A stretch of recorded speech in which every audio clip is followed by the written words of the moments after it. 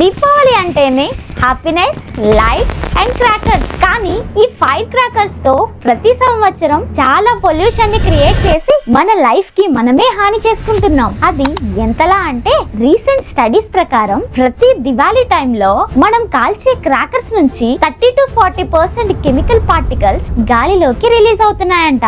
Just Diwali 2 to 3 days లోనే మన cities లో ఎయిర్ క్వాలిటీ ఇండెక్స్ లిమిట్స్ దాటి పెరిగిపోతుందట. ఇవే కాక పెళ్లిళ్ళు, పేరెంటాలు, పొలిటికల్ మీటింగ్స్, అలాగే బర్త్డే పార్టీస్ కి కూడా మనం చాలా క్రాకర్స్ ని యూజ్ చేస్తూ పొల్యూషన్ ని పెంచుతున్నాం. ఈ క్రాకర్స్ ఫైర్ అవుతున్నప్పుడు sulphur dioxide, carbon monoxide, nitrogen oxides, lead and cadmium లాంటి హానికరమైన కెమికల్స్ రిలీజ్ అవుతాయట. ఈ కెమికల్స్ ఎయిర్ నే కాకుండా సాయిల్ అండ్ వాటర్ ని కూడా పొల్యూట్ చేస్తున్నాయి. ఇవి రిలీజ్ చేసే పౌడర్ పార్టికల్స్ మన లంగ్స్ లోకి ఎంటర్ అయి రెస్పిరేటరీ ప్రాబ్లమ్స్ కి దారి తీస్తాయి. సల్ఫర్ కాంపౌండ్స్ తో దగ్గు, ఆస్తమా లాంటివి పెరుగుతాయి. అండ్ జలుబు కూడా మనం రెగ్యులర్ గా చూసే ఒక సిమ్టమ్. దానితో పాటు sound pollution, headache, stress and heart patients కి కూడా ఇబ్బంది కలుగుతుంది. కొన్నిసార్లు ఫైర్ యాక్సిడెంట్స్ కూడా అవుతుంటాయి. అలాగే బర్డ్స్, యానిమల్స్ కి కూడా హాని చేస్తుంటాయి. ఈ క్రాకర్స్ కి ఆల్టర్నేటివ్ గా LED lights, eco friendly crackers and light shows ని